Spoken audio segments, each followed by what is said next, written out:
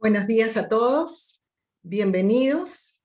Después de una semana de recorrido de la práctica, compromiso y reflexión teológica desde la perspectiva de la liberación, comenzamos la última sesión del seminario con la charla magistral del profesor Leo Guardado y dos comentarios de Rolando Iberico y de Silvia Cáceres, a quienes presentaré luego. Luego de estas presentaciones, que son el centro de esta mañana, tendremos unas palabras del padre Gustavo Gutiérrez, quien nos ha acompañado durante todo el seminario, siguiendo con mucho interés las ponencias y las preguntas del público. El tema de hoy son las nuevas presencias y búsquedas de la teología de la liberación. Paso a presentar al doctor Leo Guardado, doctor en teología, profesor de teología en el Lincoln Center Campus de la Universidad Fordham en Nueva York. Nació en El Salvador y a los 9 años emigró con su familia a Estados Unidos, haciendo sus primeros estudios escolares y universitarios en California. Siguió estudios de posgrado en la Universidad de Notre Dame, comenzando con la maestría en estudios del cristianismo, seguidos por el doctorado en teología, donde conoció al padre Gustavo Gutiérrez. Comprometido con la situación de los migrantes en Estados Unidos y formado por la teología, marcado por la experiencia vivida de las comunidades latinas y por el compromiso de Gandhi con la no violencia, el doctor Guardado busca reconciliar la sabiduría socialmente transformadora de estas tradiciones. Pasamos a escuchar su presentación. Bienvenido, doctor Guardado. Gracias, Catalina. Y gracias por la invitación a estar con todos ustedes y usted en la celebración y conmemoración de los 50 años de un libro profético, inspirado por el Espíritu que renueva la historia y nuestra fe. La tarea que se nos ha encomendado es de reflexionar sobre las nuevas presencias y búsquedas de la teología de liberación. En otras palabras, se nos pide que sigamos reflexionando desde la perspectiva de esta teología sobre lo que es nuevo en la historia, sobre lo que se nos acerca y, más importante, sobre las realidades a las cuales debemos acercarnos para hablar de Dios. Hay 3 puntos que Gustavo considera básicos para la teología de liberación. Número 1, el punto de vista de los pobres. 2, el quehacer teológico. Y 3, el anuncio del reino de la vida. Seguiré este formato para reflexionar con ustedes sobre una de las realidades más urgentes y apremiantes que marcan nuestra comunidad global: el desplazamiento forzado. Como todos lo sabemos, la migración y el desplazamiento forzado son principales preocupaciones del Papa Francisco, pues como una prisma es una realidad que ilumina otros desafíos que se entrecruzan. Así es que, aunque me enfocaré en el desplazamiento forzado, hay que mantener en mente las relaciones con otras realidades: el cambio climático, las inundaciones o las desertificaciones que están ocurriendo por el mundo, la cultura del machismo y el feminicidio.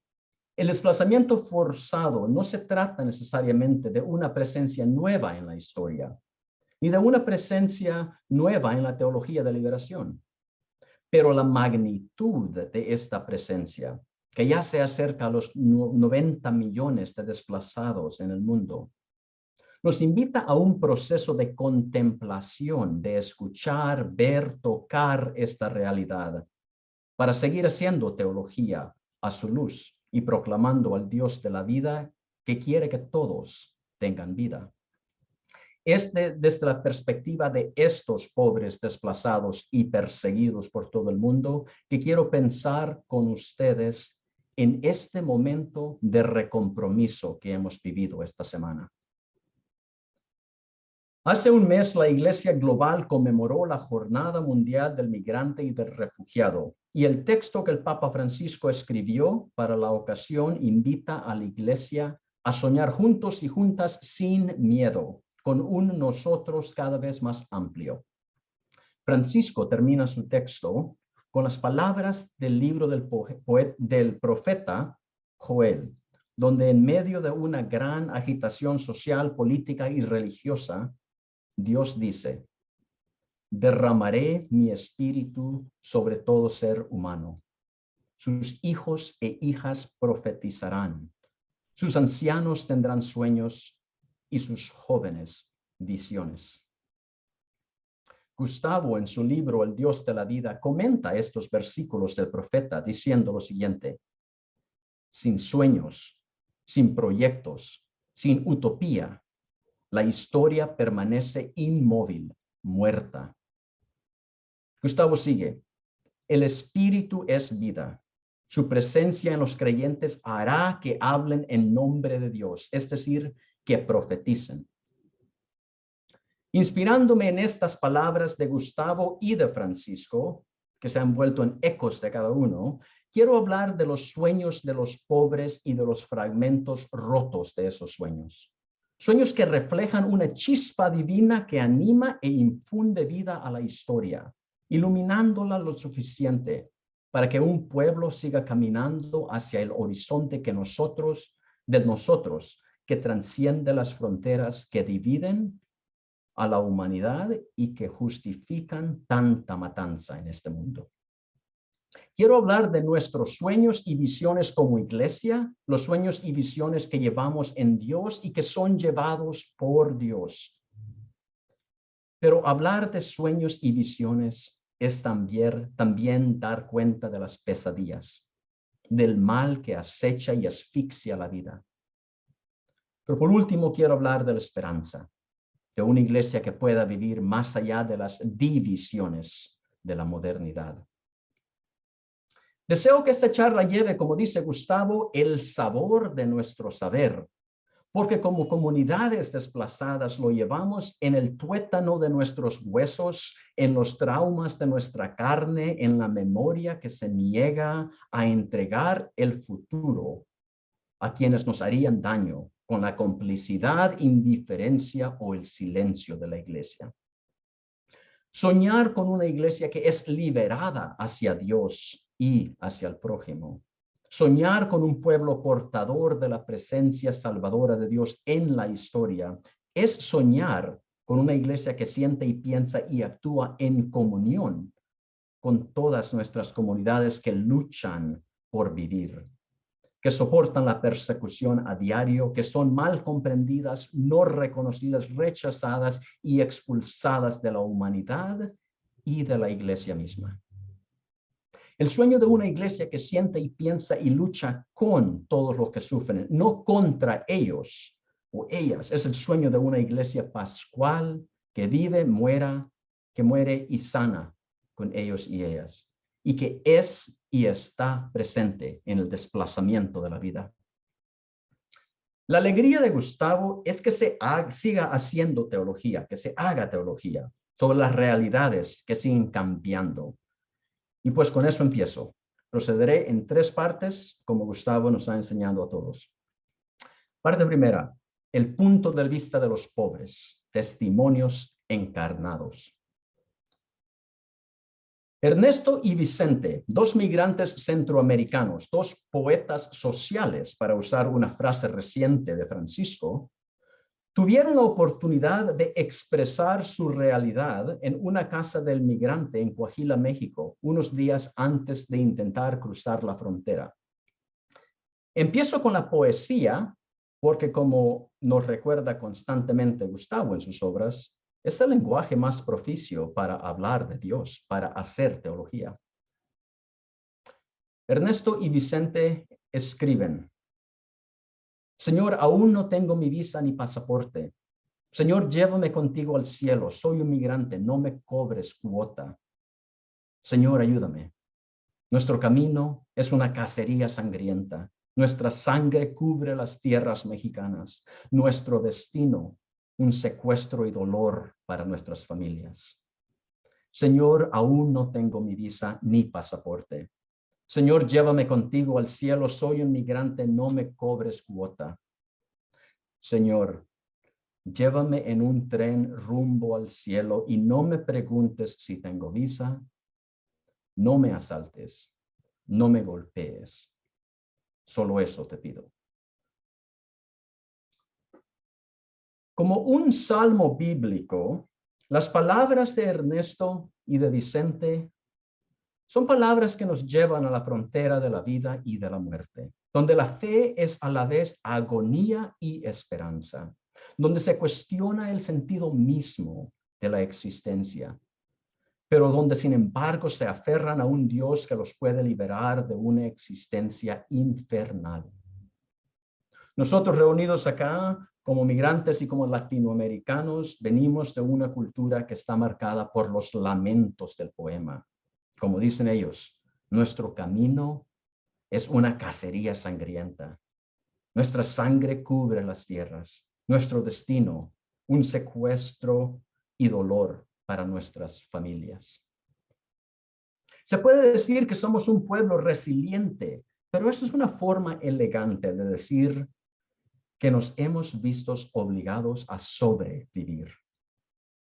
Como tantas historias bíblicas, la historia de los inmigrantes y de todos los que buscan una u otra forma de asilo, nuestras historias son también las de sobrevivir, de búsqueda de la posibilidad de vivir más allá de la violencia y del saqueo. El biblista Todd Linefeld dice, el hecho fundamental de cualquier literatura de supervivencia es que algo o alguien que está muerto o debería estarlo, sigue vivo. Nuestros pueblos encarnan esa paradoja de vivir con una mayor conciencia y memoria de la muerte en la vida y de la vida en la muerte, de la humanidad de generaciones enteras expoliadas y violadas. Las nuestras son historias de niños que han tenido que atravesar países de contrabando, enviados solos a través de los continentes por el futuro de la familia, o simplemente con la agónica esperanza de evitarles una muerte antes de tiempo. Nuestras historias son lamentos, lo que la biblista Kathleen O'Connor llama oraciones que brotan de las heridas, que estallan de un dolor insoportable. Pero estas palabras heridas, estas oraciones que brotan del robo de la humanidad, son también una epíclesis que invoca el espíritu de la palabra herida de Dios en una realidad conflictiva, donde surgen visiones utópicas y profecías de un mundo diferente en el ahora. Como dice Gustavo, y aquí lo cito, la utopía es un anuncio de lo que todavía no es, pero que será. Presagio de un orden de cosas distinto, de una nueva sociedad. Este anuncio y anunciación de lo nuevo y la denuncia del infierno presente que deshumaniza es lo que encontramos en las oraciones de quienes se ven obligados a huir de sus hogares para salvar la vida. Hace 30 años, cuando mi madre y yo huíamos de una guerra donde los niños servían como soldados desechables, mi madre repetía una oración que, al igual que nosotros, se desplazaba por el continente. Es una oración que mi bisabuela le enseñó a rezar en momentos de gran peligro. Una y otra vez en el camino decía, detrás de un cedro dichoso estaba Cristo y Francisco. Francisco le dijo a Cristo, ahí vienen los enemigos. Déjalos que lleguen, Francisco, le dijo Cristo, que su vista la traen vendada. Tu cuerpo no será tocado, tu alma será santa y salvada. Estos repetidos actos de habla, palabras santas que efectúan lo que dicen, eran un anhelo de protección en un profundo pozo espiritual del que mi madre extraía la necesaria quietud interior para enfrentarse al terror. En un viaje hacia el norte que entonces y ahora están atravesados por una violencia inimaginable, la oración pedía que no nos hieran, que no tocaran nuestros cuerpos, que no corrompieran nuestras almas. Era una oración para sobrevivir, para la vida en medio de la muerte, para la salvación histórica. Era una petición para que los que viven de la existencia y la comercialización de las fronteras y de los que las cruzan tengan los ojos vendados para que no vean a los que son construidos como enemigos simplemente por estar obligados a encontrar la vida en otra parte de la tierra de Dios. En su libro sobre el sufrimiento del inocente, Gutiérrez subraya que toda la tierra pertenece a Dios y por la gratuidad de Dios está destinada a sostener toda la vida, especialmente la de los pobres. Esta perspectiva sigue desafiándonos para seguir luchando contra la privatización de la tierra. Los desplazados forzosos no solo restan en el camino, sino que son una oración encarnada en el camino, un testimonio en la carne que atraviesa el árido paisaje de la humanidad con sueños y visiones de otro mundo en esta historia. Su misma presencia es un signo escatológico del futuro que viene hacia nosotros y que se está forjando más allá de las fronteras, y también del Dios que fielmente planta su tienda con ellos en el viaje.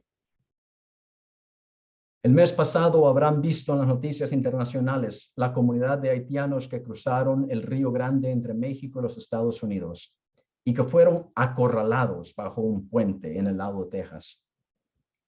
Muchos de ellos viajaron desde Sudamérica, ya que encontraron allí una forma de huir tras el terrible terremoto de 2010, que mató a cientos de miles de personas y desplazó a otros cientos de miles.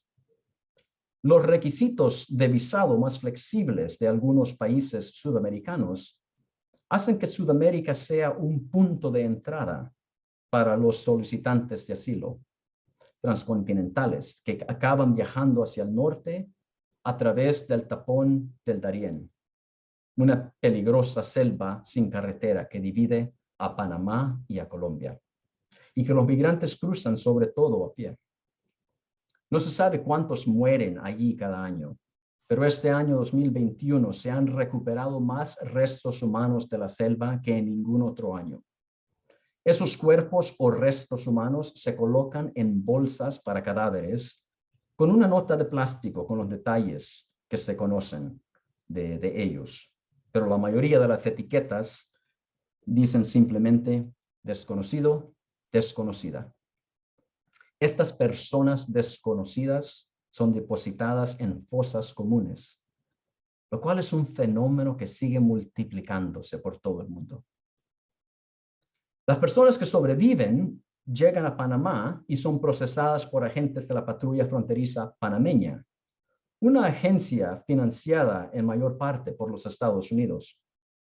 Les escanean los ojos, la cara y los dedos, generando una base de datos biométricos que se comparten con la patrulla fronteriza estadounidense, que está a 6,000 kilómetros de distancia.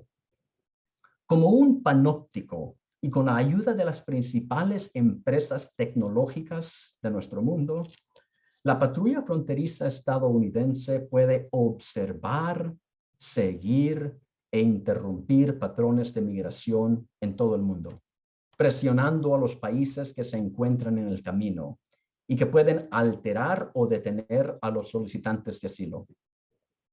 Creo que en este punto hay mucho más que pensar y analizar de la perspectiva de la teología de liberación para discernir tecnologías que liberan y que no controlan. Particularmente, tenemos que seguir pensando cómo encaja la segunda dimensión de liberación, la liberación personal y de modos de pensar con estas tecnologías digitales.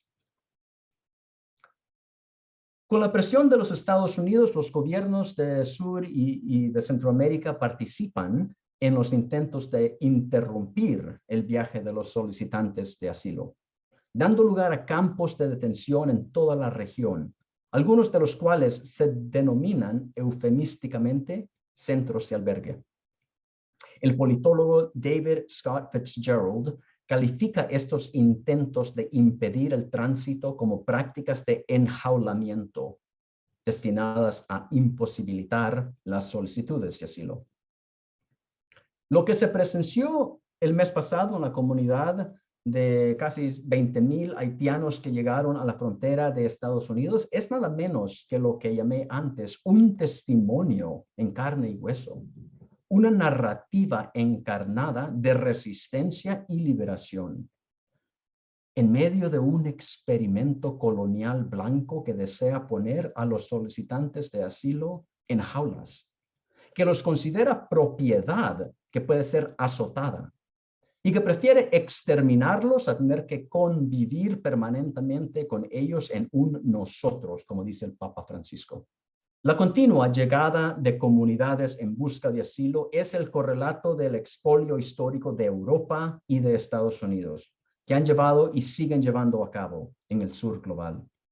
Las dramáticas imágenes de la frontera no hacen más que poner en evidencia lo que los Estados Unidos trata de ocultar en otros lugares.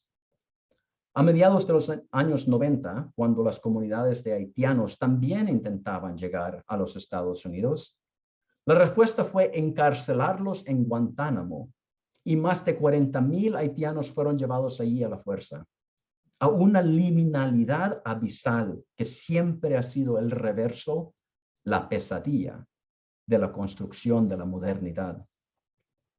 Ese campo de detención en Guantánamo, inoperante desde 2017, está en proceso de reabrirse de nuevo para encarcelar a solicitantes de asilo.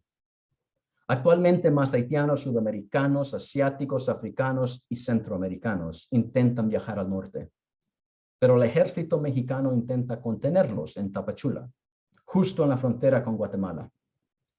Allí se encuentra el Centro de Detención Siglo XXI, considerado el mayor centro penitenciario para migrantes de América Latina. La presión y la violencia se intensifican en Tapachula, mientras la gente sigue enjaulada en la región. Parte 2, el quehacer teológico. Estas comunidades desplazadas que están en camino iluminan un proceso radical de recreación del mundo y de la humanidad, el cual está teniendo lugar. Gutiérrez tiene claro en Teología de Liberación que el proceso histórico de recreación del mundo forma parte del horizonte de la salvación. Pues hay un solo destino humano, una sola historia. Gustavo escribe, la salvación, iniciativa total y gratuita de Dios, comunión de hombres y mujeres con Dios y entre ellos, es el resorte íntimo y la plenitud de ese movimiento de autogeneración del ser humano, lanzado inicialmente por la obra creadora. Gustavo continúa. Luchar contra una situación de miseria y despojo y construir una sociedad justa es insertarse ya en el movimiento salvador, en marcha hacia su pleno cumplimiento. Ahí termina la cita. Las personas y comunidades desplazadas manifiestan su derecho a la vida en una sociedad global que sigue reprimiéndolas violentamente. La voluntad interminable de vivir y de enfrentar y rechazar las fuerzas de la muerte es lo que Gutiérrez llama caminar según el Espíritu.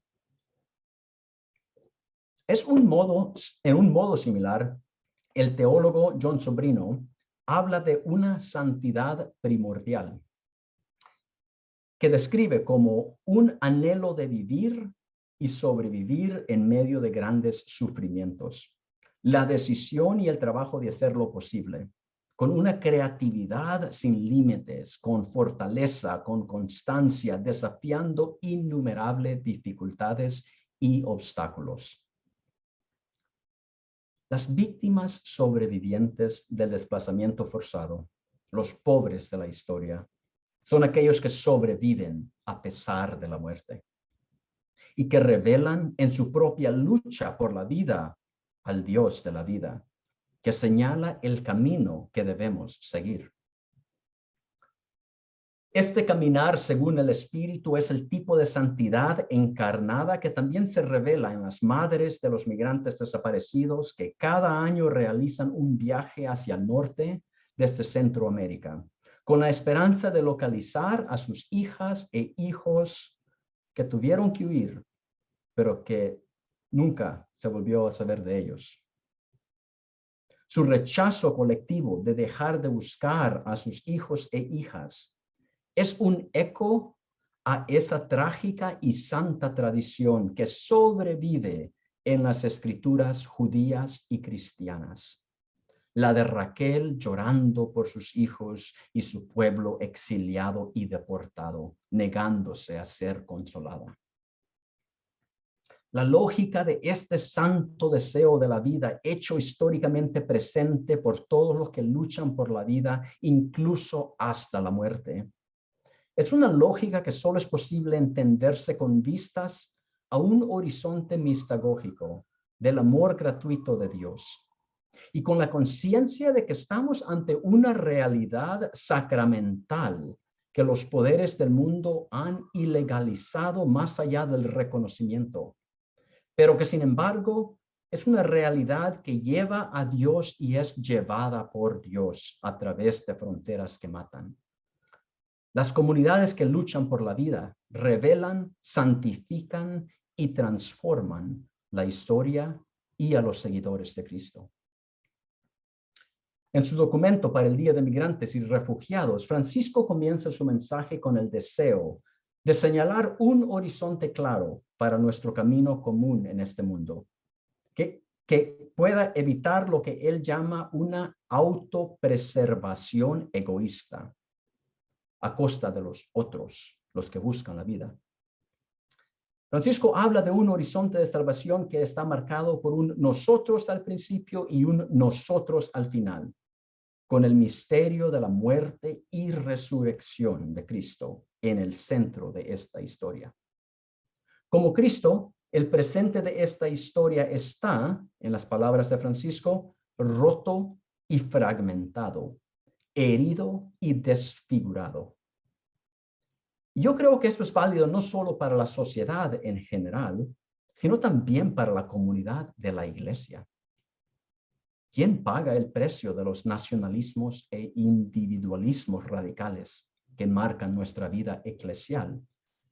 Sencillamente, esos que llamamos otros.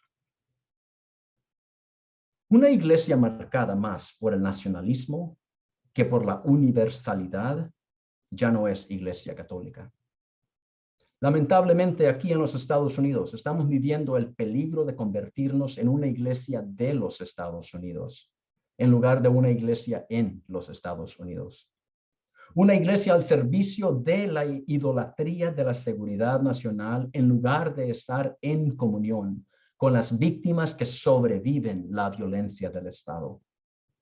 Lo que no comprendemos una y otra vez es que lo que se reúne por miles en las fronteras y quizá en un futuro próximo por decenas de miles o cientos de miles, es el referente de la iglesia sin el cual la iglesia se vuelve ininteligible, sin sentido, una curiosa rareza de la historia, una comunidad que dejó de creer hace tiempo en la encarnación radical de Dios entre los pobres. Hace 50 años, Gustavo nos puso en sintonía con la necesidad de hacer exégesis de la escritura, de los documentos eclesiásticos y de la propia realidad, pero desde la praxis, participando en los acontecimientos de la historia en los que ya están presentes las promesas escatológicas que abren posibilidades para discernir el camino que hay que seguir en la fe. Mientras siguen surgiendo fronteras y muros en el mundo, tanto externos como internos, es imperativo que aprendamos a pensar y vivir del otro lado, subversivamente, como lo dice Gustavo. Leer la realidad desde la perspectiva de aquellos cuyas vidas dependen del derribo de los muros genera posibilidades creativas que desafían los fundamentos mismos de los estados-nación modernos y sus pretensiones del poder soberano. Permítame hacer referencia a un momento de la historia de los Estados Unidos en el que las comunidades eclesiales hicieron exégesis de la realidad de su tiempo y comenzaron a forjar una comunidad más allá de las fronteras. En la década de los 80 se produjo un fenómeno que comenzó en las tierras fronterizas de Arizona, cerca de la frontera con México, y se extendió por todo el país. Al principio se denominó como un ministerio de asilo. En inglés se llama Sanctuary Movement o Movimiento Santuario. Comenzó con algunos ciudadanos que abrieron sus casas a los centroamericanos, sobre todo salvadoreños y guatemaltecos, que estaban apareciendo en el desierto fronterizo. Continuó con algunas iglesias de varias tradiciones y con templos judíos que los alojaban y los trasladaban fuera de las tierras fronterizas, a otras iglesias y templos del interior del país que podían acompañarlos mientras solicitaban asilo. Sin embargo, como el gobierno devolvía a los centroamericanos sin darles la oportunidad de solicitar asilo, y como a los que lo solicitaban se les denegaba sistemáticamente, las comunidades fronterizas empezaron a desarrollar una red de conventos, monasterios, iglesias, catedrales, albergues y casas particulares que se extendían desde Tapachula, en el sur de México, hasta Canadá. A través de esta creativa red eclesial transfronteriza, los solicitantes de asilo fueron cruzados a los Estados Unidos y protegidos en comunidades eclesiales, hasta que pudieron solicitar asilo con seguridad y bajo un gobierno que pudiera reconocer la verdad de su realidad.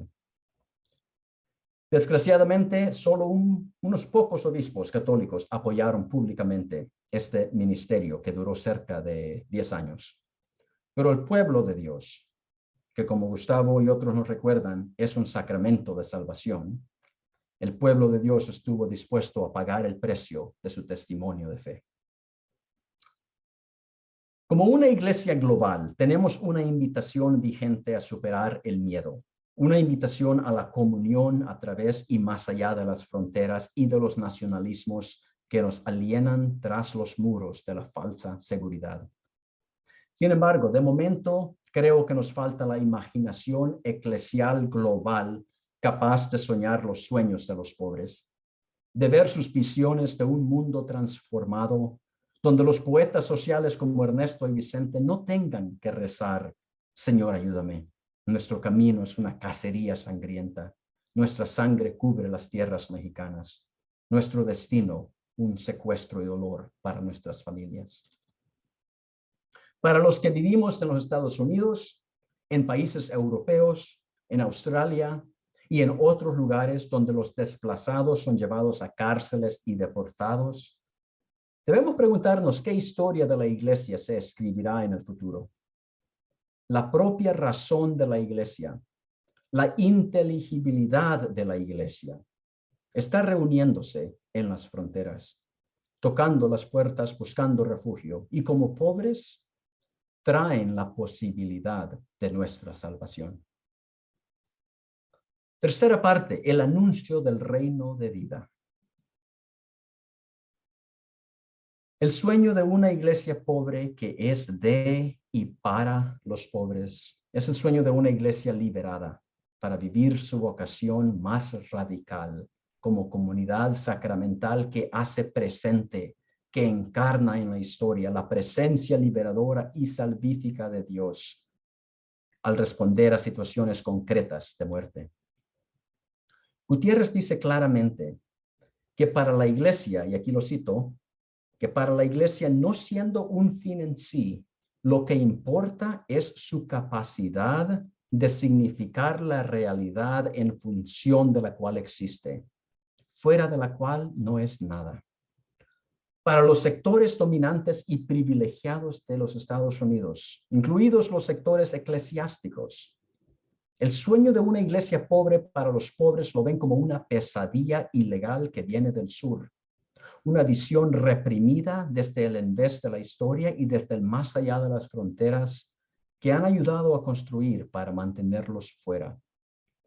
Para ellos es una realidad que debe ser rechazada, excluida y expulsada, para que la iglesia pueda seguir siendo una institución social, económica, política y culturalmente aceptable, al servicio de la idolatría del nacionalismo blanco y sus fronteras mortales. Sin embargo, y como lo sabemos, eso no es iglesia, porque no comunica efectivamente la realidad en función de la cual existe.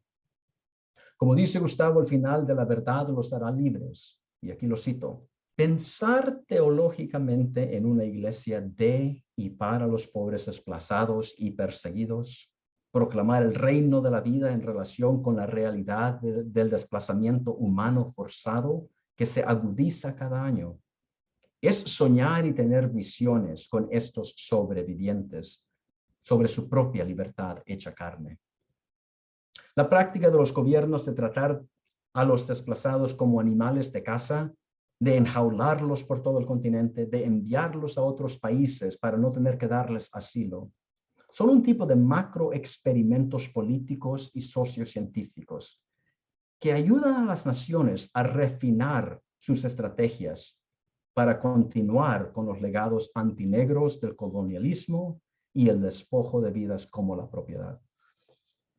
No es difícil que la iglesia quede desconcertada y confundida, sin saber qué hacer, sobre todo porque la legalidad se utiliza estratégicamente como barniz conceptual para santificar la violencia y normalizar un estado de guerra contra los pobres.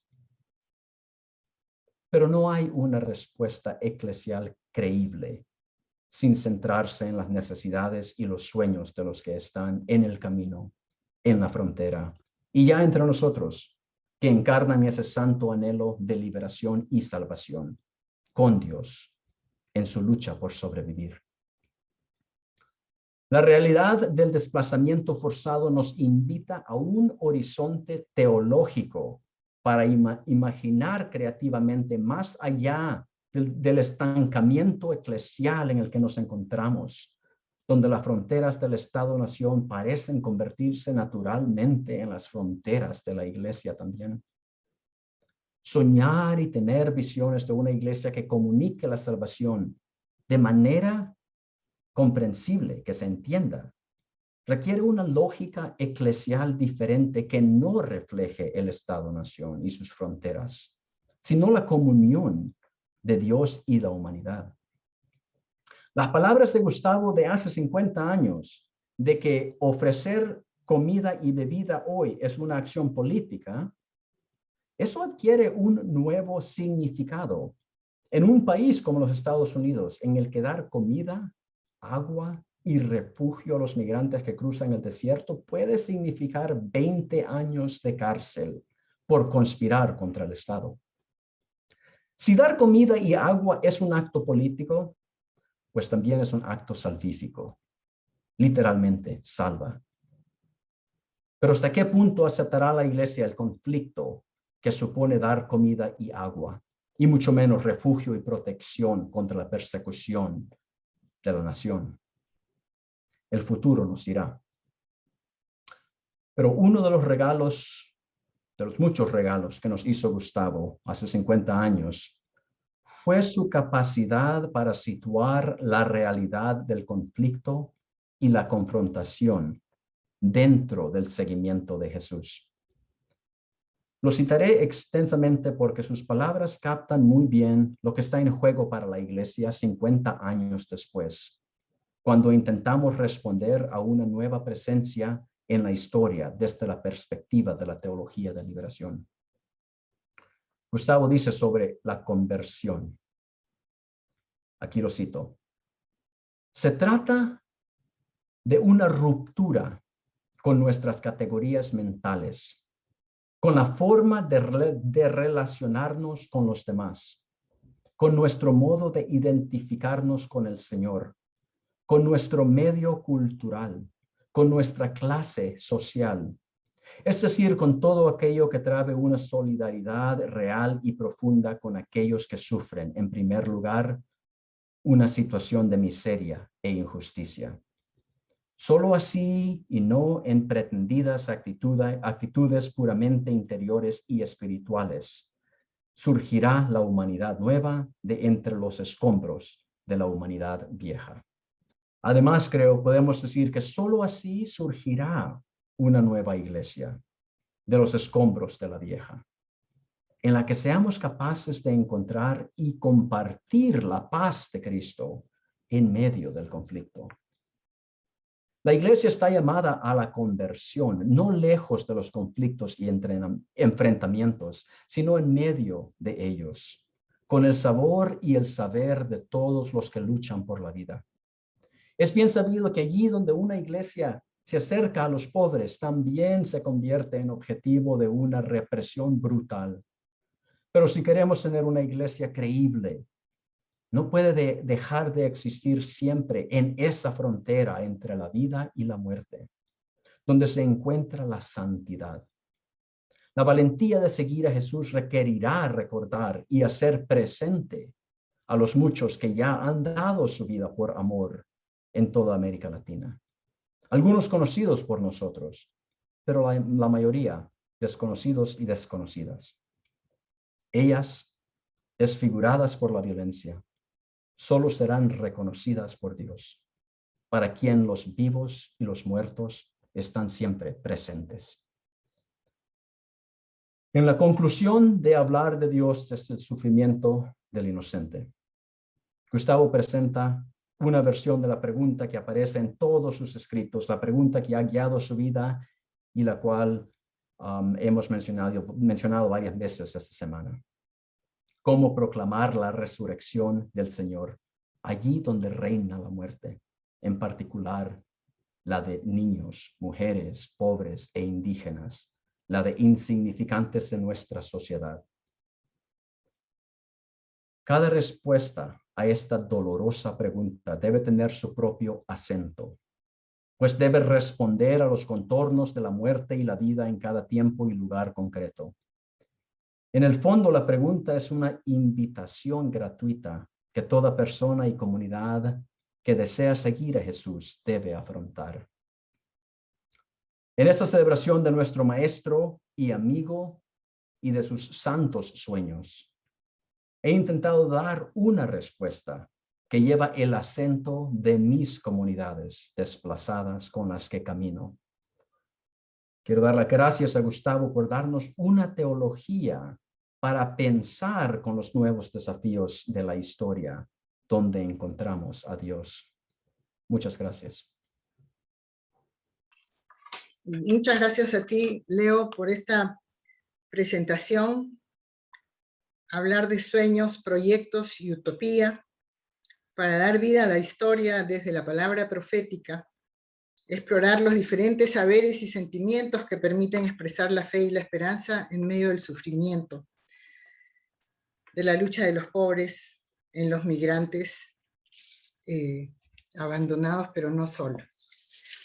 Paso a presentar a Rolando Iberico. Él va a hacer un primer comentario. Rolando Iberico es magíster y bachiller en teología por la Universidad Católica de Lovaina y magíster y licenciado en historia por la Universidad Católica del Perú, Pontificia. Docente del Departamento Académico de Teología de la PUC. Sus temas de investigación son la historia de la Iglesia y la teología en los siglos XIX y XX, especialmente el Concilio Vaticano II y su recepción en el Perú y América Latina. En su carrera como profesor e investigador, ha realizado numerosas publicaciones, entre las que destaca la serie sobre historia del catolicismo en los siglos XIX y XX. Tienes la palabra, Rolando. Gracias, Catalina. Gracias a Leo también por su sugerente presentación. Y quisiera recoger el título de la mesa de hoy, que es hablar justamente de presencias o búsquedas de la teología de la liberación. Leo nos ha planteado varias líneas y a mí me gustaría enmarcarlas en una clave más eclesial y plantear desde esta clave eclesial, plantear tres elementos que pasaré a reseñar en un momento. Creo que es fundamental entender la teología de la liberación que hoy nos reúne en sus 50 años como un desarrollo también de la teología conciliar del Vaticano II, ¿no? Entre ellos, fundamentalmente, el aporte de Gaudium et Spes, que introduce el método de escudriñar los signos de los tiempos, y de entender Medellín, además, en el marco de extensión de esta teología del Vaticano II, como parte de lo que el propio Gustavo llama el acontecimiento conciliar. Destaco esto porque el método de Gaudium et Spes es fundamental para la construcción y la elaboración teológica de la teología de la liberación, porque introduce el elemento de la historia, de la condición humana y de la historia como lugar en el que aparecen preguntas teológicas, lugares teológicos desde donde se pueden discernir la presencia de Dios. La incorporación de esta categoría de historicidad para analizar la teología y la praxis pastoral es fundamental para poder encarnar al pueblo de Dios en sus situaciones concretas. Y la teología de la liberación se enmarca en este anhelo del Vaticano II de convertir a la Iglesia en una comunidad encarnada, en una comunidad que mira a su realidad y busca hacerse ella o participar ella de esto que dice preciosamente el prólogo de Gaudium et Spes, participar de sus gozos y esperanzas, de sus tristezas y angustias. Y esto me invita a plantearme tres momentos de este breve comentario. ¿Por qué comenzar con el dato de la teología conciliar? ¿Qué nuevos signos de los tiempos interpelan hoy a la teología de la liberación? Y cómo contribuye ella, la teología de la liberación, al intento actual de reforma eclesiológica que estamos llamando hoy sinodalidad. Comienzo con la primera pregunta, ¿no? En Gaudium et Spes número 4, se dice que la Iglesia tiene siempre el deber de escrutar los signos de los tiempos e interpretarlos a la luz del Evangelio. El término que se utiliza a mí me llama mucho la atención, me permitirán hacer un excursus aquí. El término latino que se utiliza es munus, que es el mismo del que se habla cuando se refiere al pueblo de Dios. Es decir, es una tarea, es un deber, es un oficio. La Iglesia tiene como oficio fundamental referirse a los acontecimientos del mundo para interpretar a la luz del Evangelio estos acontecimientos. Este munus, este deber eclesial, tiene una profunda o implica una profunda investigación teológica, un profundo compromiso pastoral para expresar el mensaje de Cristo en un lenguaje que sea comprensible para las mujeres y los hombres de nuestro tiempo y de nuestra cultura. Y entonces, en ella, la Iglesia busca hacerse parte de la historia humana. Y vuelvo a insertar aquí la teología de la liberación, es un intento valioso, profundo, del que hoy todos nos sentimos parte, de ese caminar, de ese intento y de esa búsqueda de leer los acontecimientos históricos a la luz del Evangelio. Y esto entonces me permite moverme al siguiente apartado. ¿Qué nuevos signos de los tiempos interpelan hoy a la teología de la liberación? Y aquí recuerdo lo que dice Aparecida cuando habla de los nuevos rostros de Cristo. Es decir, apuntar a una nueva dimensión de la recepción conciliar, que es la dimensión de la cultura. Hoy los rostros de Cristo ya no solamente son posibles de interpretarlos desde las claves sociológicas, sino también requieren de un análisis y de una comprensión cultural. En el discurso en Puerto Maldonado del 2018, el Papa Francisco decía que la Iglesia necesita que los indígenas moldeen culturalmente las iglesias locales de la Amazonía. Es decir, que hoy aparece en juego el tema de la cultura como uno de los signos de los tiempos fundamentales vitales para el caminar de la teología de la liberación. Leo recordaba las víctimas, estos nuevos rostros de Cristo.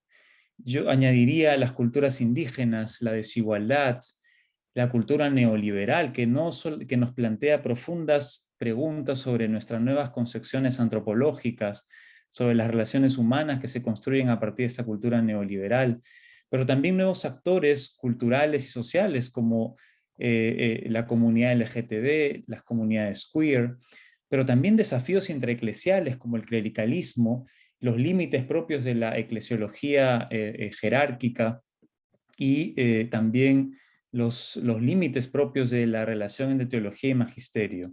Cada uno de estos aspectos son una expresión de estos desafíos teológicos, estos nuevos signos de los tiempos que invitan a leer y a encontrar en ellos y a discernir en ellos la presencia salvífica de Dios. La teología de la liberación, entonces, se enmarca en este contexto de nuevos desafíos que no solamente son eclesiales, son también desafíos que los encontramos en lo que podemos llamar el mundo, ¿no? En estas realidades complejas o en los mundos, si queremos hablar en clave de pluralidad. Los cambios recientes en América Latina plantean nuevas interrogantes o nuevos signos de los tiempos, ¿no? El crecimiento también de las iglesias evangélicas y pentecostales, el aumento también del agnosticismo, la secularización de las ciudades y principalmente de las generaciones más jóvenes, la reducción de la pobreza en algunos países, el aumento de la desigualdad, la emergencia de nuevos actores de los que hablaba hace un momento, la agitación política, la crisis institucional de la sociedad, de las democracias, son desafíos que interpelan a nuestra región, pero también hoy las consecuencias económicas, sociales y psicológicas de la pandemia son también lugares teológicos que requieren hoy de nuestra atención. El método de la teología latinoamericana ofrece un camino para considerar estos problemas. Este camino invita a que la Iglesia pueda ser un sacramentum mundi, un sacramento del mundo, un avance del reino en esta realidad de hoy. Y en este sentido, retomo lo de Aparecida, como invitación a que la Iglesia busque contemplar en los rostros en los rostros sufrientes de nuestro tiempo al nuevo rostro de Cristo. Es decir, que estemos en la capacidad de estudiar, de investigar teológica y pastoralmente los desafíos de esta realidad plural, diferente, globalizada de nuestro tiempo. De ahí entonces que llega, creo, hoy el momento de ir acogiendo estas diversas dimensiones de la cultura, estas diversas dimensiones de lo social, de lo político, que requieren una nueva forma eclesial. Este proceso es una invitación a abrir a la Iglesia a estas gramáticas, estos lenguajes nuevos, para que pueda ella vivirlos, pueda ella hacerse carne en estas nuevas realidades. Es decir, estamos ante una invitación a reflexionar teológicamente sobre cómo esta realidad se va haciendo cada vez más plural, se va haciendo cada vez más compleja y requiere, por tanto, una nueva dimensión teológica que le dé sentido, que le permita hacerse también ella eclesial. ¿Cómo contribuye la teología de la liberación a este intento de reforma eclesiológica que hoy llamamos sinodalidad? La teología de la liberación nos dejó en claro la centralidad de nuestra praxis, desarrollada tanto en el ámbito eclesial como en el ámbito del mundo. Desde la praxis es posible hacer teología, no sin ella. Como dice Gustavo, la teología es el segundo momento. Es indudable entonces que en la recepción del concilio en América Latina, el compromiso pastoral ha tenido una importancia tremenda, un rol protagónico en la encarnación de la Iglesia en estas nuevas realidades que van emergiendo desde los años del posconcilio. Y en este sentido, la teología de la liberación nos da, creo, dos grandes aspectos para poder pensar la sinodalidad. El primero es una invitación constante a la reforma eclesial. Y en esto me pongo a pensar en el número 5 del documento sobre ecumenismo, en el que el Vaticano II recuerda la necesidad de que la Iglesia siempre se mire a sí misma, no en esta práctica ególatra, sino más bien autorreferencial, como dice Francisco, sino más bien mirándose para poder transformarse, porque se mira desde la realidad que le interpela. Si bien la primera llamada de la teología de la liberación es a una reforma de vida en clave de pobreza, en clave de solidaridad con ella, esta dimensión hoy día asume nuevas pluralidades. Hay que reformar la iglesia en clave de mujer, en clave indígena, en clave de las comunidades LGTB, es decir, la iglesia tiene que reformarse en nuevas claves. ¿Cómo somos iglesia en estas claves? ¿Cómo hacemos que la iglesia sinodal se exprese en estas claves? La reforma como elemento propio de la identidad eclesial es una herencia también de la teología de la liberación. Y hoy es o puede ser un elemento para reforzar la idea de que la reforma de la iglesia no se hace en un ejercicio de autorreferencialidad solamente, sino se hace mirando el mundo que nos interpela, las realidades de ese mundo que nos interpela. En la clave de la teología de la liberación y el aporte de Gustavo y de toda la primera generación de teólogos de la liberación, la clave fundamental fue la pobreza. Hoy esas claves se van ampliando con nuevos rostros y con nuevas pluralidades que nos invitan a pensar en qué nuevas formas eclesiales tenemos que pensar la sinodalidad. Y este punto, con esto quiero moverme al segundo aspecto de en qué nos puede aportar la teología de la liberación a la reforma en clave sinodal. La segunda es la vivencia eclesial, de intensa comunión y amistad, pero también de conflicto, que ya destacó Leo hace un momento. ¿Qué luces nos da esto? En un estudio que hice hace algún tiempo sobre la iglesia del sur andino, debo confesar que me conmovió mucho y me tocó profundamente escuchar en las diversas entrevistas que hice a los agentes pastorales del sur andino cómo me hablaban de esta experiencia de horizontalidad entre laicos, laicas, religiosos, religiosas y obispos. Una experiencia de colaboración en una misma misión. Y esto que nuevamente me refiero aquí al concilio, ¿no? Ad Gentes número 1 y número 2, ¿no? Que habla de la misión de Dios como misión de la iglesia, es decir, al reconocimiento de que la misión es la identidad fundamental de la iglesia, de nuestro ser iglesia, de nuestra eclesialidad. Y esa horizontalidad vivida tenía como identidad final la misión, es decir, asumir firmemente que la eclesiología del pueblo de Dios se realiza en una práctica de comunidad, en una práctica de comunión y en una práctica de ejercicio de horizontalidad que es una expresión de ser sacramento para este mundo. Es decir, esos ejercicios, esa vivencia eclesial, y yo recojo la del sur andino, pero estoy seguro, y es de lo que yo he bebido en mis encuentros con muchos de ustedes, es de una iglesia que ha vivido y que vive una eclesialidad de comunión, una eclesialidad de profunda amistad, y que es signo ya de que somos o que podemos ser sacramento de este mundo, de que anunciamos la salvación ya en esa praxis de intimidad que tenemos entre nosotros. Y eso es un aporte, eso es un signo concreto de la importancia de nuestra praxis teológica. Y dejo para el final el conflicto.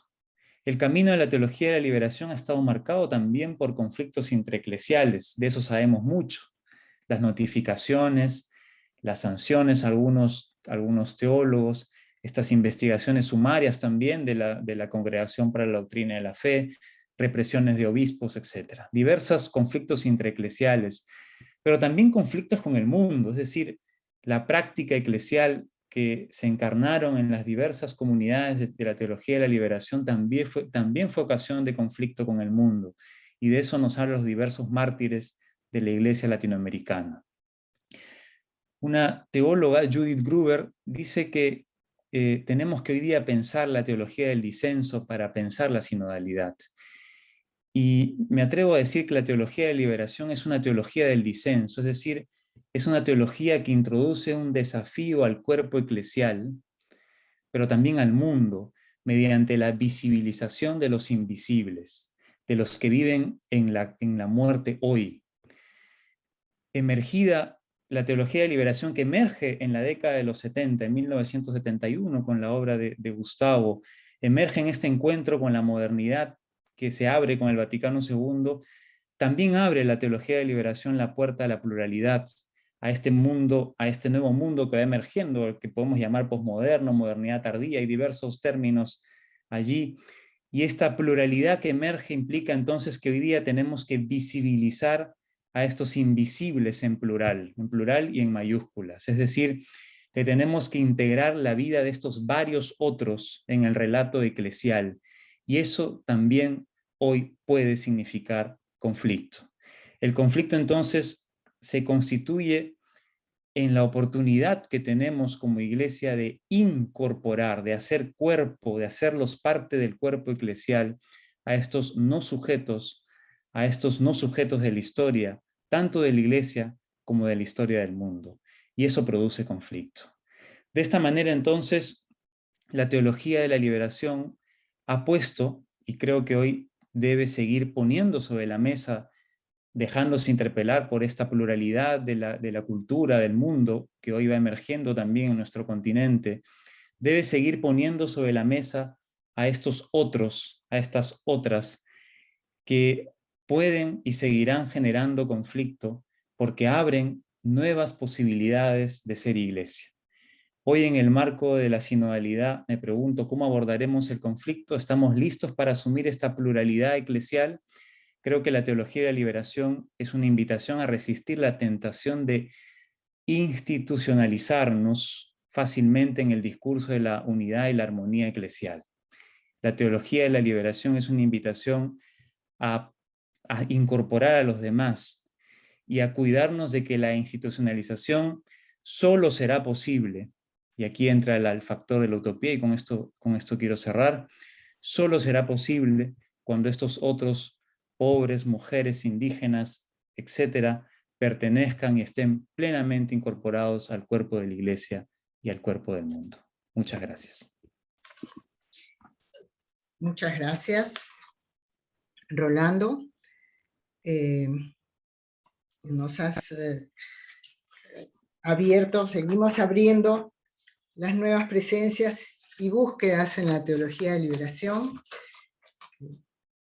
que es lo que Leo también nos ha introducido con su presentación, y ahora tú lo continúas. Pasamos a presentar a Silvia Cáceres. Ella es licenciada en Teología por la Universidad Católica de Santa María, Arequipa. Realizó estudios en la maestría de Filosofía en la Universidad Antonio Ruiz de Montoya, con mención en Ética y Política de la Universidad de la UAM. Actualmente coordina el área de reflexión teológica del Instituto Bartolomé de las Casas, que tiene como uno de sus objetivos la formación bíblico-teológica de agentes pastorales que acompañan comunidades de fe. Bienvenida, Silvia, te dejamos con la palabra. Bien, gracias, Catalina. Buenas tardes ya con todos y todas. Bueno, primero quisiera agradecer a los amigos con los que comparto la mesa, a Leo por la transparencia, por la honestidad con la que ha expresado la vivencia de los migrantes que marcan sus búsquedas teológicas, y a Rolando por esa insistencia en mirar los signos de los tiempos, las condiciones socioculturales necesarias para una renovación eclesial y una misión evangelizadora más auténtica, más acorde con el reino. Como ha señalado Catalina, formo parte del Instituto Bartolomé de las Casas, integro el área de teología desde hace algunos años, y desde ahí me gustaría compartir una breve reflexión en torno a algunas búsquedas personales y colectivas. Empiezo con algunas líneas más personales para asociar esta vivencia de fe desde la perspectiva de los pobres con un sentido de vida. Recuerdo mi primera conexión con el Bartolo en el año 2010, en que asistí a mi primera jornada de reflexión teológica en Chaclacayo, Fe, Utopía y Acción Política. Ya había escuchado y leído sobre teología de la liberación, pero ese curso del Bartolo significó saborearla. Una semana de reflexión teológica y encuentro entre jóvenes que veníamos de diversas partes del país. Yo en ese entonces estudiaba teología en Arequipa. Jóvenes con inquietudes, preguntas respecto de nuestra fe y de cómo vivirla en medio de nuestras realidades diversas. Debo decir que ese primer curso fue una experiencia fundante para mí. Fue un despertar. La experiencia en el curso, el encuentro con Gustavo y con su teología de la liberación, con el equipo de teólogos y teólogas del IBC, dotó de un nuevo sentido a los estudios de teología que estaba haciendo. Significó una nueva manera de comprender mi fe, un abrir los ojos y darme cuenta que la fe que tanto buscaba comprender no podía vivirse de espaldas a la realidad de mi país, marcada por tantas situaciones de pobreza y desigualdad. Nunca antes había entendido y sentido mejor lo que era el Evangelio de Jesús. Señalo esto porque quiero agradecer a Gustavo por todo el bien que ha hecho con su teología al posibilitar transformaciones varias, personales, sociales, religiosas. Una teología que en lo personal me ha ofrecido cauces para vivir mi fe de una manera más significativa, descubriendo y poniendo en práctica, en la medida en que lo intento, aquellos valores y principios innegociables del Evangelio, como son la compasión y la justicia. Así como los demás ponentes, en estos días he estado revisando, releyendo el libro Teología de la Liberación, Perspectivas y otros libros de Gustavo. Y en ese ejercicio, además del título y subtítulos, otra cosa que encontré con alegría fue la firma y dedicatoria de Gustavo en el libro. Para Silvia, en la misma opción por la fe que libera, fraternalmente Gustavo. Chaclacayo, agosto 2010. Hoy, algunos años después, continúo viviendo mi fe a partir de esa misma opción transformadora y liberadora, con mayor convicción y espero que con mayor madurez. Claro, ahora insertada ya en el trabajo del Bartolo y desde un acompañamiento mutuo con el equipo de teología y con los agentes pastorales con quienes vamos teniendo búsquedas compartidas. Búsquedas que pienso recogen la exhortación de Jesús. Busquen primero el reino de Dios y su justicia, y lo demás se dará por añadidura. Exhortación de Jesús que remite a la construcción de una sociedad más justa y búsqueda que hoy pasa ineludiblemente, como se ha señalado ya a lo largo de la semana, por hacerle frente a la crisis socioecológica. Una preocupación fundamental del magisterio de Francisco, preocupación también que hemos asumido como institución desde el Bartolo, y en el trabajo junto a los agentes pastorales. Una preocupación personal también, puesto que en última instancia esta crisis afecta e impacta principalmente en la vida de los más vulnerables de nuestro tiempo.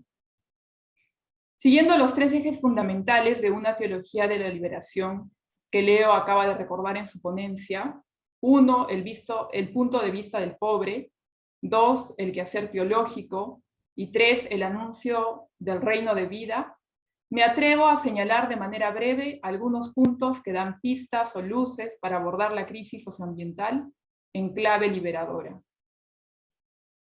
Primer punto, la crisis ambiental desde la perspectiva del pobre. Escuchar el clamor de la tierra y el grito de los excluidos. La crisis ecológica afecta a toda la humanidad, pero principalmente impacta de manera brutal en los más débiles y excluidos. Francisco nos dice en Laudato Si: el deterioro del medio ambiente y el de la sociedad afectan de un modo especial a los más débiles del planeta. Tanto la experiencia común de la vida ordinaria como la investigación científica demuestran que los más graves efectos de todas las agresiones ambientales los sufre la gente más pobre. Rostros diversos de pobreza y sujetos emergentes. Mujeres, campesinos, jóvenes, niños, niñas, migrantes, indígenas, pueblos enteros son quienes padecen en su día a día esta problemática. son desplazados, sus tierras les son arrebatadas, mueren a causa de enfermedades que merman la vida de sus comunidades, sus ríos son contaminados, no tienen acceso al agua. Situaciones que vulneran sus derechos más básicos, que producen sufrimiento y en última instancia muerte. Se trata de poblaciones que permanecen en la exclusión y cuyos derechos son vulnerados. Basta ver durante este tiempo de pandemia. Si bien es cierto, en general, la respuesta del Estado fue ineficiente para todos, para ellos lo fue mucho más. Principalmente porque todavía, me parece, no se llega a tomar en serio el desafío de la interculturalidad. A lo largo de estos días hemos escuchado testimonios varios, historias de sufrimiento, de compasión, de esperanza. Y se han ido señalando el ver, el escuchar y la cercanía como actitudes fundamentales de una praxis de fe en clave liberadora. En sintonía con ello, personalmente, no dejan de interpelarme las palabras dirigidas por Jessica Patiachi, mujer indígena del pueblo Arakbut, al Papa Francisco el año 2018 en Puerto Maldonado. Decía Jessica: nuestros hermanos indígenas sufren por las explotaciones de nuestros recursos naturales. Muchos foráneos invaden nuestros territorios. Los cortadores de árboles, los buscadores de oro, las compañías petroleras entran a nuestros territorios sin consultarnos y nosotros sufriremos mucho y moriremos cuando los foráneos perforen la tierra para sacar el agua negra metalizada. Sufriremos cuando envenenen y malogren nuestros ríos, convertidos en aguas negras de la muerte. Pero hoy seguimos vivos y seguimos resistiendo. Son palabras que dan cuenta de una realidad de explotación, discriminación y desigualdad, pero a la vez son testimonio de resistencias y de esperanza.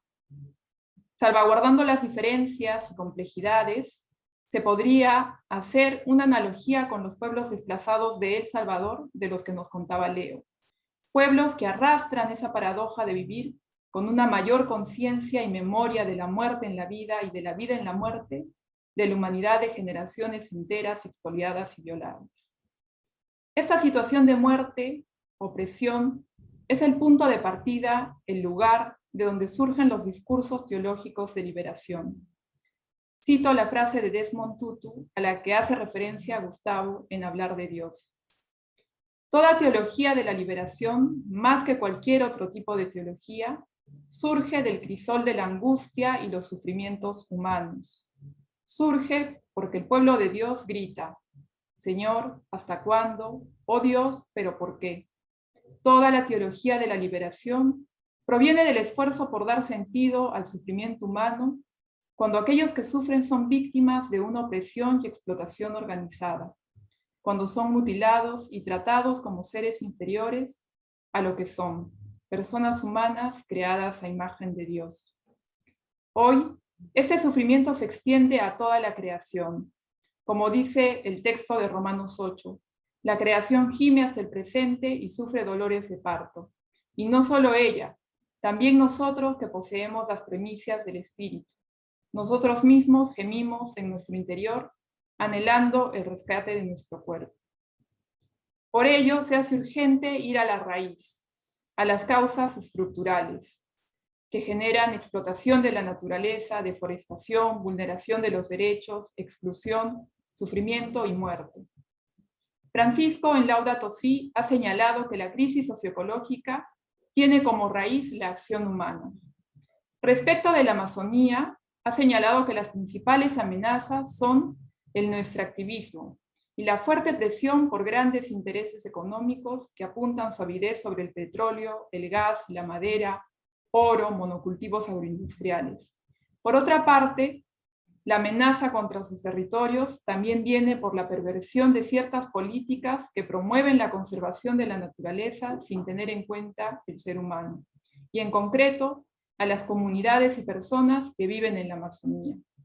Nos decía Francisco, hemos de romper con el paradigma histórico que considera la Amazonía como una despensa inagotable de los estados sin tener en cuenta a sus habitantes.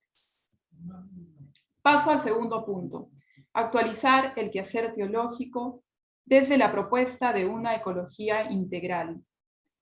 Porque, recogiendo las palabras de Gustavo en los cursos de teología, una teología que no sea actual es una teología falsa.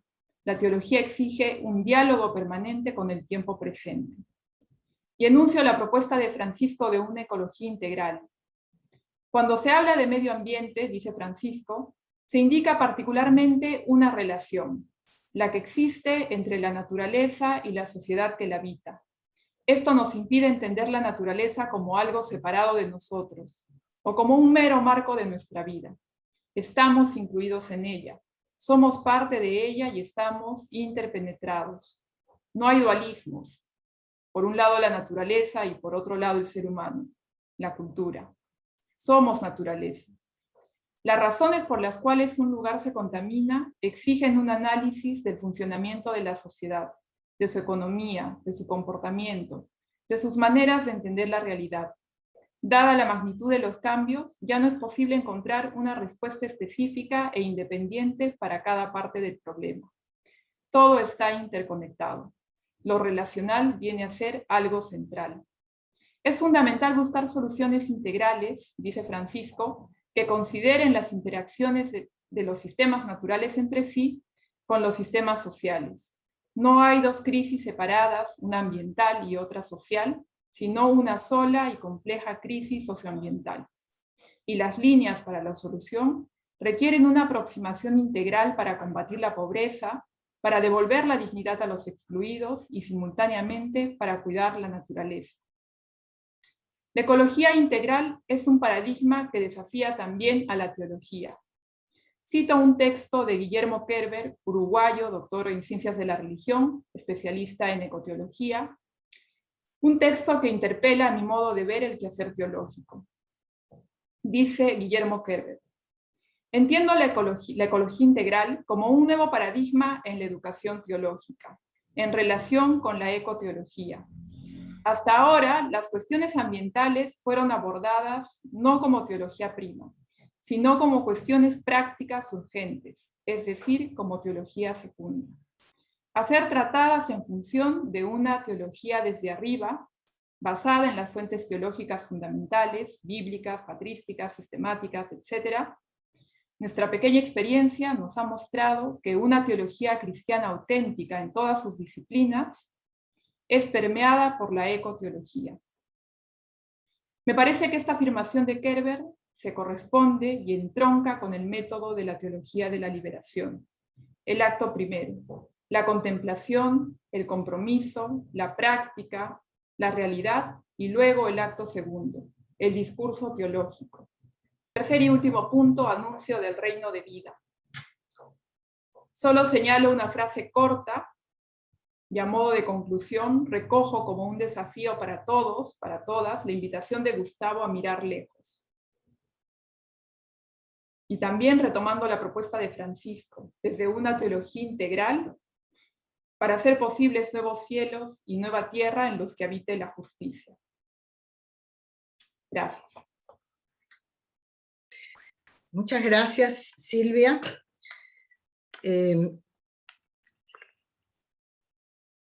Quiero hacer un pequeño resumen de lo que hemos visto antes de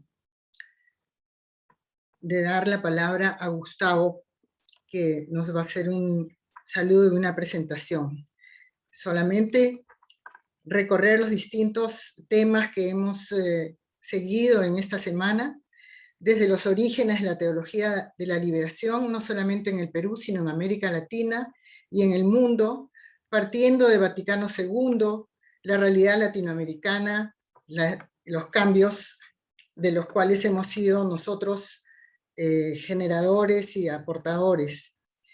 Desde la experiencia y tarea pastoral y su importancia en la teología de la liberación, sobre el eje de la teología de liberación, que es la opción preferencial por los pobres, de los cuales hemos hablado largamente, expresando también los nuevos problemas que tienen, sin familia, sin hogar, con hambre, perseguidos, hombres, mujeres, niños, adultos, que buscan y creen en el Dios de la vida, que los escucha y acompaña, pero quería recoger que Leo ha incorporado la perspectiva de Gustavo en la teología de la liberación a la realidad actual de los distintos pueblos al tener que migrar para defender sus vidas, compartiendo la creatividad eclesial para proteger estas vidas, así como la necesidad de nuevas búsquedas y el desarrollo de nuevas búsquedas para poder responder a los problemas.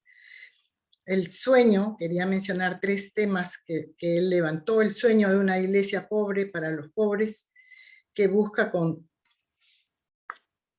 resistencia la justicia y la solidaridad.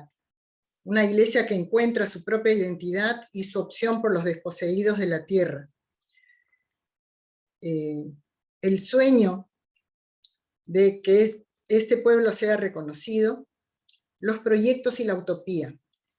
Retomar los 3 elementos que él planteó de sueño, proyectos y utopía como presentes en la línea de la teología de la liberación hoy día.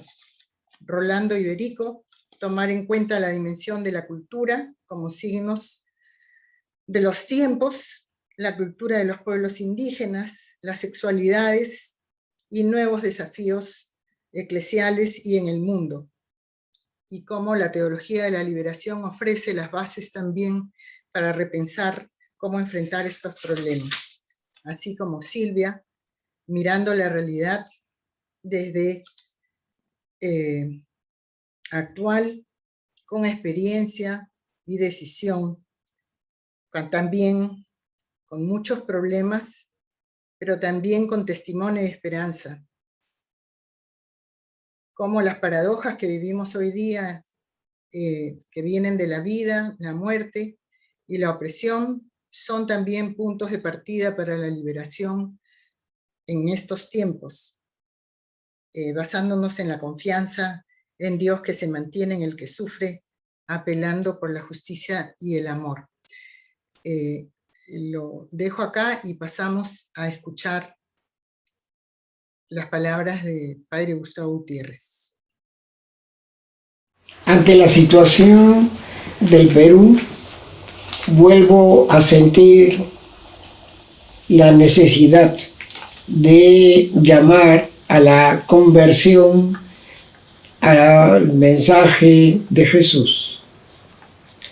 Como sacerdote he vivido con frecuencia en medio de los pobres. La pobreza de ahora es vivir aparte del mundo que progresa, el que tiene bienes y seguridad. Aunque vivan en la misma ciudad, los pobres viven de otra manera. Las cuestiones de la pobreza y la desigualdad ahora no son del Perú ni de Latinoamérica. Son problema central de todo el planeta. La pobreza es muerte temprana e injusta. Es destructora de personas y familias. Como decía Hannah Arendt, el pobre es aquel que no tiene derecho a tener derechos. El amor de Dios es universal, no excluye a nadie, pero Jesús nos pidió que diéramos preferencia a las y los más débiles, a los descartados, como dice el Papa Francisco. Por eso, el compromiso con el pobre no puede evitar la denuncia de las causas de la pobreza. Veo al Perú dividido como muchos otros países. La mejor razón para encontrar puntos de acuerdo debiera ser solidaridad con los que más sufren. La lucha contra la pobreza es parte de una lucha general para superar todas las opresiones.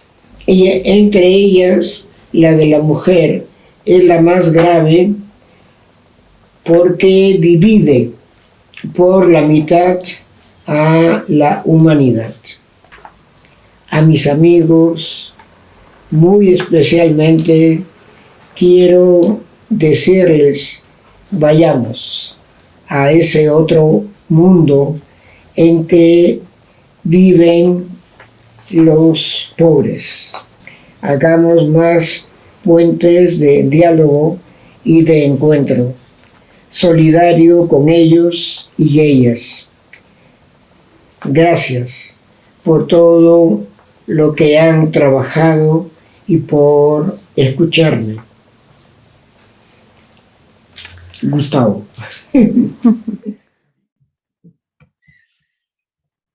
Bueno, muchas gracias, Gustavo, por tus palabras.